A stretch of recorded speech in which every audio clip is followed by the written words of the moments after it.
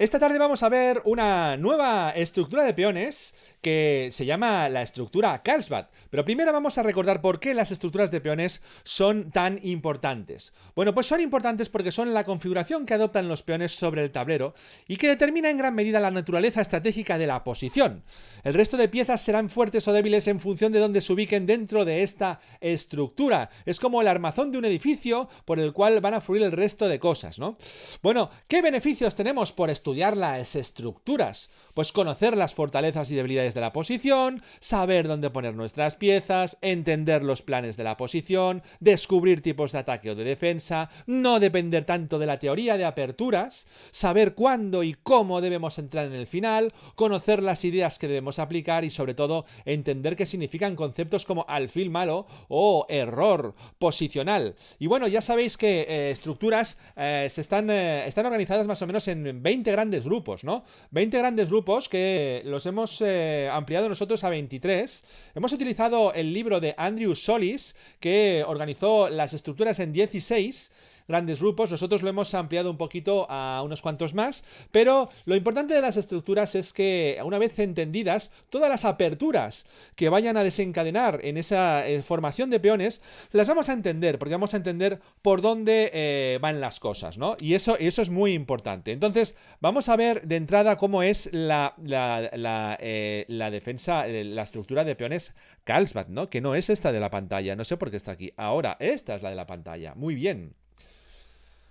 Pues nada, pues chicos, tenemos que darle ahí al rebobinado y decir que esta tarde estamos viendo una nueva estructura de peones. En este caso se llama la del gambito de dama, la estructura Carlsbad. Es la que tenemos ahora mismo en pantalla.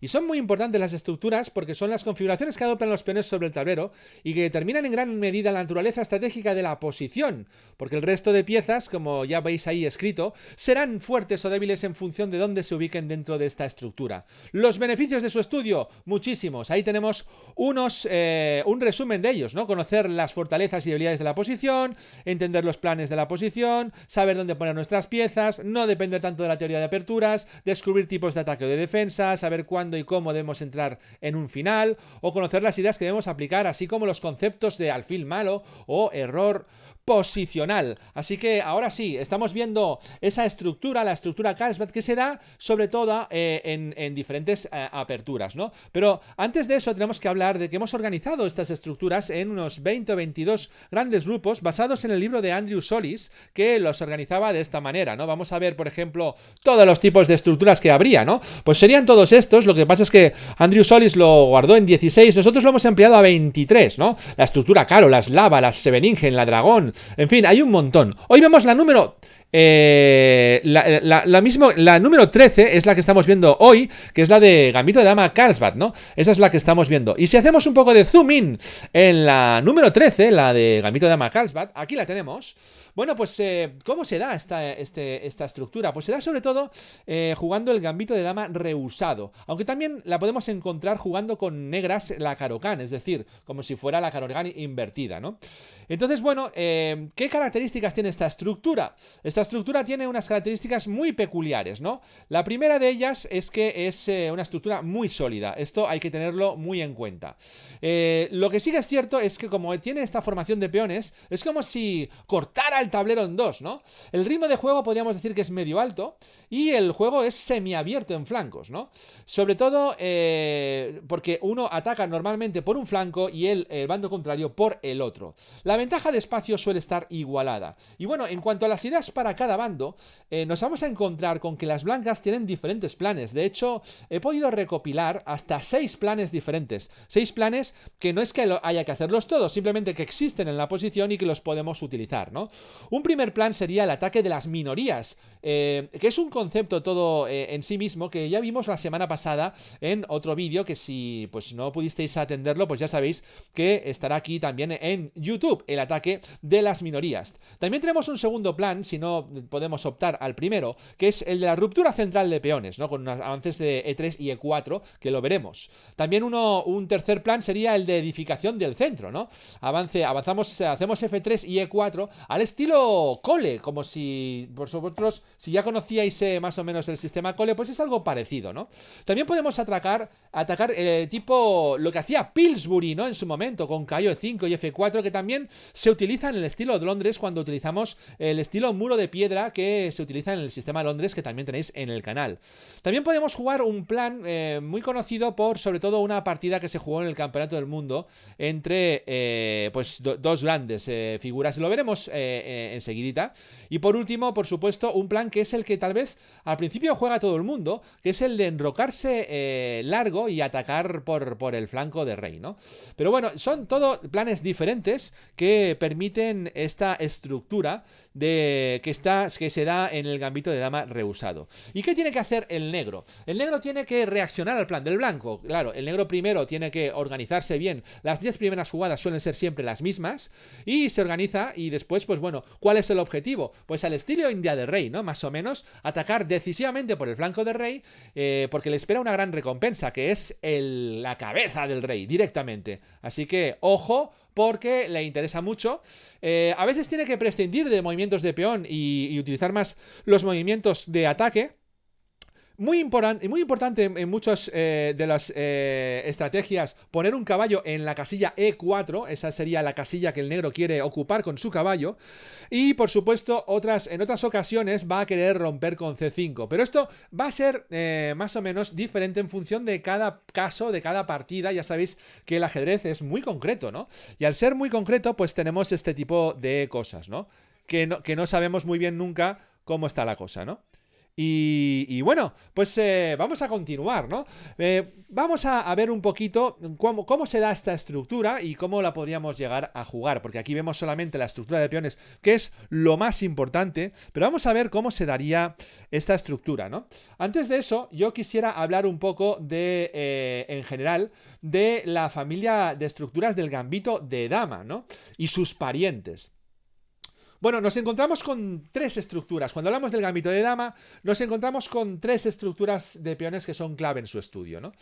La primera estructura sería la estructura que hemos llamado Isolani, una estructura que es de peón central aislado y que ya hemos estudiado en el canal, con lo cual os animo a que la miréis dentro del vídeo concreto de la apertura Isolani o la estructura Isolani de peón de central aislado.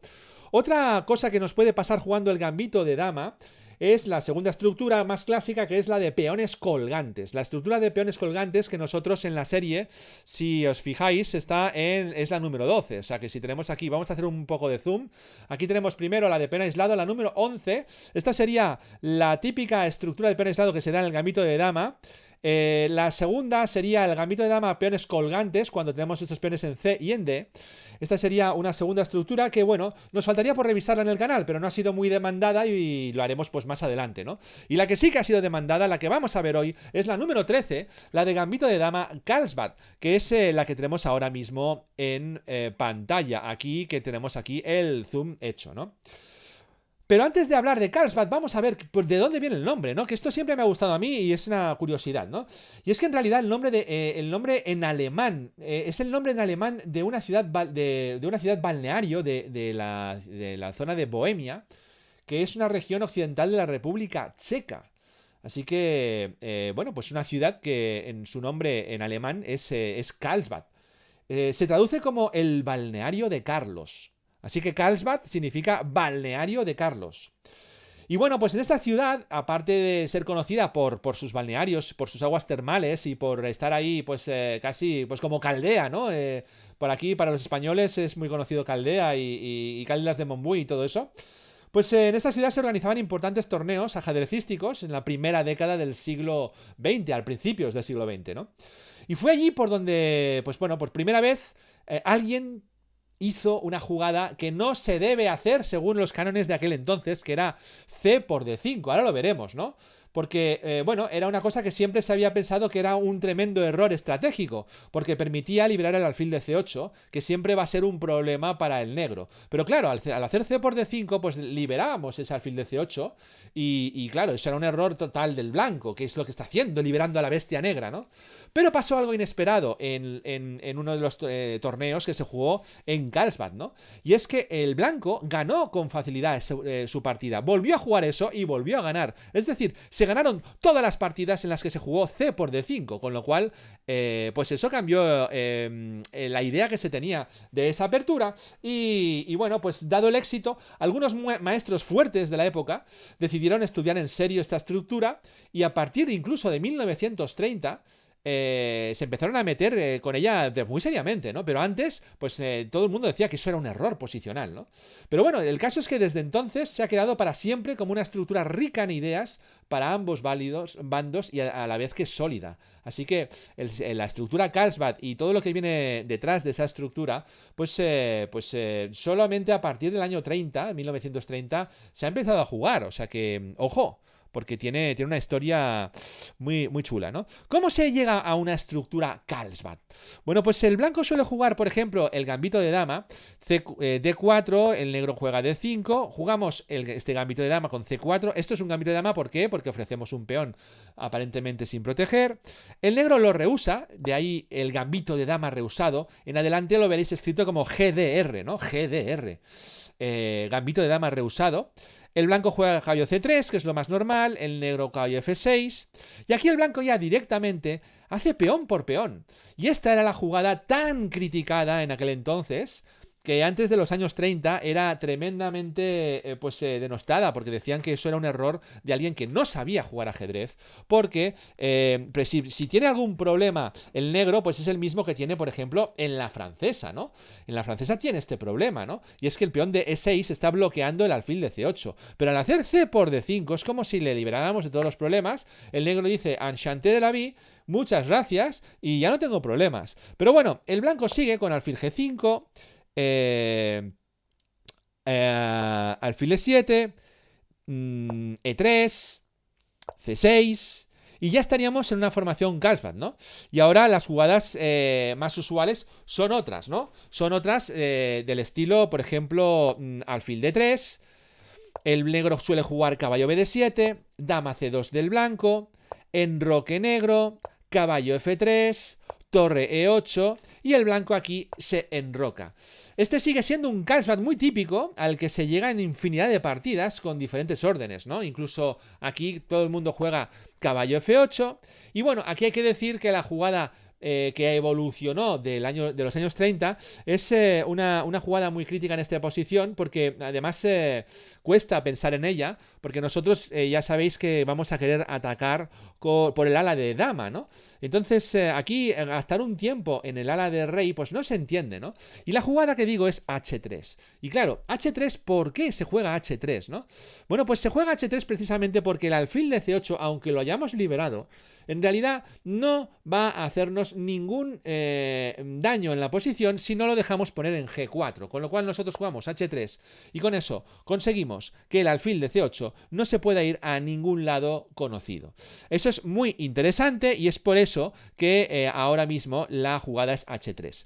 Bueno, pues llevamos 11 jugadas y estas 11 jugadas se juegan de corrido, es decir, la gente que quiere jugar el sistema Carlsbad, la estructura Carlsbad, juegan esto de corrido, ¿no? Esta es la que sería la posición principal de la estructura Carlsbad, ¿no? A partir de aquí el negro puede planear muchas cosas, ¿no? Puede planear caballo E4, por ejemplo, que es una de las cosas que el negro quiere hacer, por ejemplo, con una jugada, pues directamente pone bien su caballo, lo centraliza y ataca el alfil, por ejemplo. También podría jugar alfil E6, que desarrolla ese alfil que era problemático y lo pone en una de las casillas disponibles para el alfil, aunque no tiene más que esa y D7. Y podría jugar también, por ejemplo, G6 o caballo G6, o incluso alguna jugada interesante como caballo H5, que ya la veremos en el transcurso de la tarde, así que no desvelo nada más, simplemente decir que esto es cómo se llega a un sistema Carlsbad, ¿no? Bueno, como ejemplo, podríamos decir, bueno, pues imaginemos que el negro juega caballo E4. Vale, pues entonces, ¿qué es lo que sucede? Está centralizando el caballo, atacando el alfil, y nosotros con caballo E4 lo que no queremos es cambiar el alfil, así que lo jugamos a F4, dejando al caballo centralizado negro sin apoyos. Y eso quiere decir que, por ejemplo, caballo E4, pues seguimos teniendo partida, ¿no? El negro tiene un buen caballo, pero tampoco es que tenga un sitio donde ir, y el blanco se ha librado de cambiar ese alfil y sigue con todas las oportunidades intactas. Bueno, pues como decía, las ideas para cada bando son diferentes, pero aquí nos vamos a centrar sobre todo en las ideas del blanco, ya que es el que tiene la iniciativa y el que tiene la creatividad. Vamos a ver las ideas, las diferentes formas de atacar o de plantear la partida, ¿no? En concreto son 6, y así que vamos por la primera. Vamos a ver ahora el primero de los ataques, de la primera de las ideas para el blanco, que sería el ataque de las minorías. Y para hacer eso, vamos a ver una partida en concreto entre el genio americano prodigio, niño prodigio, Rzeszewski y Hamsuren, ¿no? Vamos a ver cómo se configuró esta partida. En primer lugar, todo empieza igual. Vamos a repetirlo con calma para ir aprendiendo el método. D4, el negro jugó E6, bueno, C4, D5, por transposición se llega de muchísimas maneras diferentes, caballo C3, caballo F6, C por D5 ya de entrada, E por D5, alfil G5 sacando el alfil E7 para que no para proteger ese caballo, entonces ya podemos hacer E3 para sacar el otro alfil y así tenemos el alfil de casillas negras fuera de la cadena de peones, el negro se enroca, alfil D3, una de las mejores casillas para nuestro alfil de casillas blancas, que es sin duda el mejor alfil nuestro, C6 por parte del negro y ya tenemos la estructura Carlsbad, una estructura que ya veis ahí en el tablerito pequeño, que es exactamente lo que tenemos en pantalla.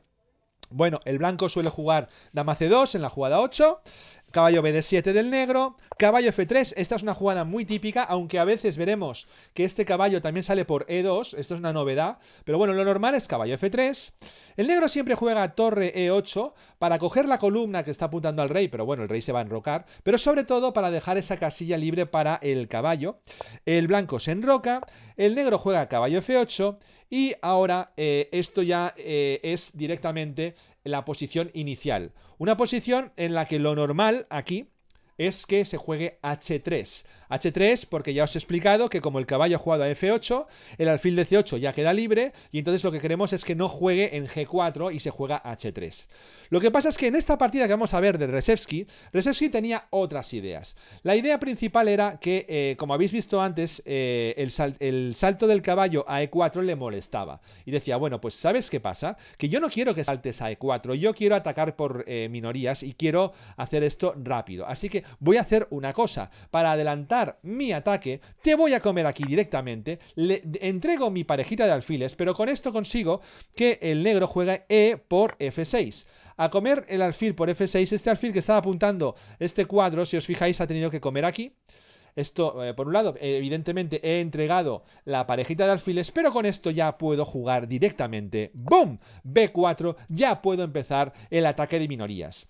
Ya sabéis que el ataque de minorías consiste en que mis dos peones se van a enfrentar con un grupo de más de dos peones, ¿no? En este caso es una hilera de 4, ¿no? Así que 2 contra 4, eso es, pues estamos en inferioridad. ¿Y por qué vamos a hacer tal cosa? Bueno, porque ya sabéis por el vídeo anterior que ataco por minorías para deshacerme de mis propias debilidades, pero generarle también a él sus propias debilidades, aparte de abrir columnas y atacar, ¿no? Así que súper interesante. Entonces Rzeszewski hizo esto y entregó esa parejita de alfiles para desviar el alfil y jugar B4 de forma directa. Así que nada de H3, que es lo más moderno, de hecho, ¿no?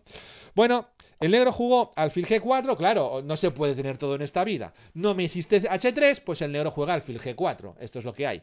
Pero el blanco tenía esto resuelto, decía, bueno, ya, pero como no tengo la dama en D1, que ya la he jugado en C2, ahora lo que voy a hacer es, me voy de caballo, con lo cual juega caballo D2 y ese alfil lo ha dejado ahí flotando, ¿no? No está atacando nada, está flotando. Bueno, el negro juega torre C8 y el blanco juega de forma muy habilidosa alfil F5, tocando la torre y obligando prácticamente a cambiar ese alfil por el suyo. Esto es muy curioso porque lo que está haciendo es minar la defensa negra, de tal manera que el ataque de minorías pues será mucho más fuerte, ¿no?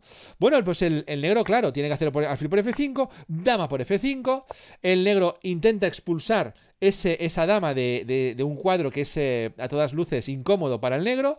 Así que la dama se vuelve a D3, está pues supliendo lo que antes era su alfil, pero está en una situación ideal porque la dama desde aquí ataca muy bien el flanco de rey y defiende muy bien también el ataque del flanco de dama. O sea que, de momento, si nadie la echa de ahí, va a estar como Pedro por su casa. El negro juega dama D6, también quiere centralizar su dama.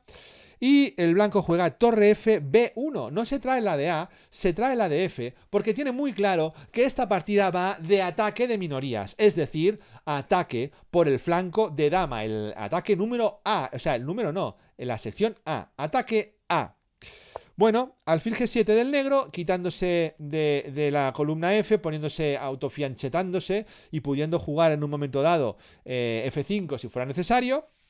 Y el blanco continúa, ¿no? Continúa con A4. Si os fijáis, hemos necesitado 6 jugadas de preparación para poder proseguir con el ataque de minorías. Pero es que ahora, después de todo lo que hemos hecho, tenemos las piezas donde están y el negro, que tenía por ahí un alfil pululando y un ataque y tal, pues de repente no tiene tal ataque. Es decir, quien está atacando somos nosotros y lo único que nos puede preocupar de un ataque de minorías es el contraataque por el ala de rey.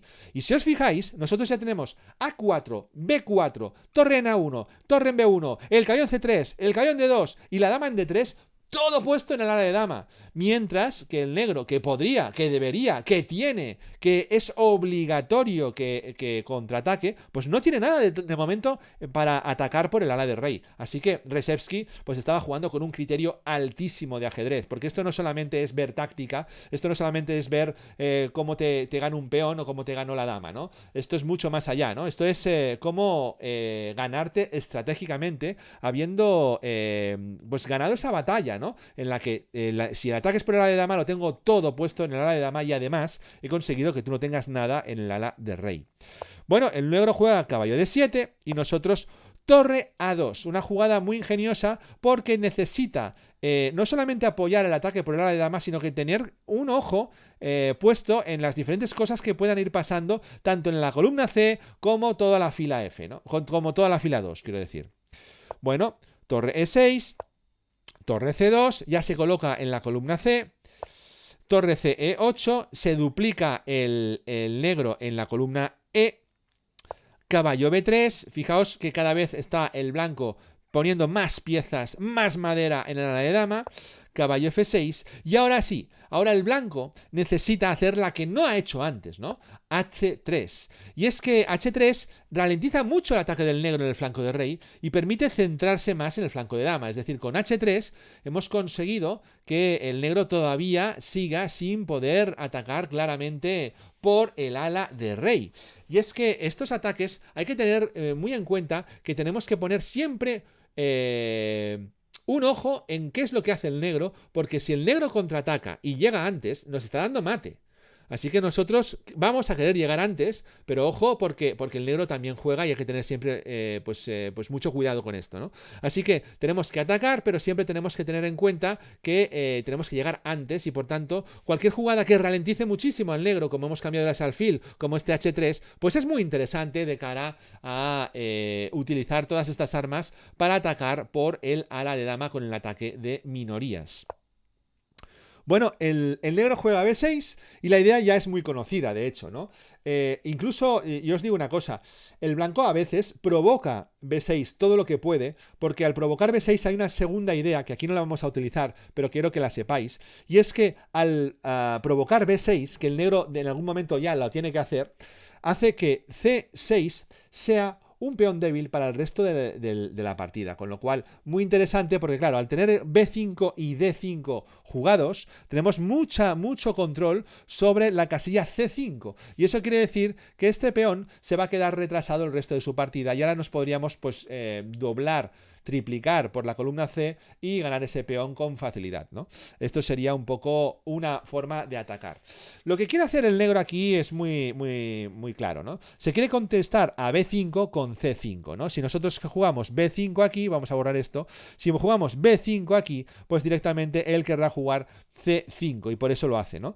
Pero claro, no solamente eso, sino que además nos obliga a tomar determinaciones porque nos está amenazando C4 haciéndonos unas gafas, ¿no? Y eso significa que nos metería en problemas. Pero aquí hay una jugada que no solo evita toda esta idea, sino que la hace mala, ¿no? Y una jugada que la conocía pues Rzeszewski y no su rival, gracias a Dios, ¿no? Esta jugada es una jugada elaborada, no es una jugada en uno, no es una táctica, no es que me coma un peón, no es un sacrificio, es una jugada bastante elaborada. Se trata de caballo C1.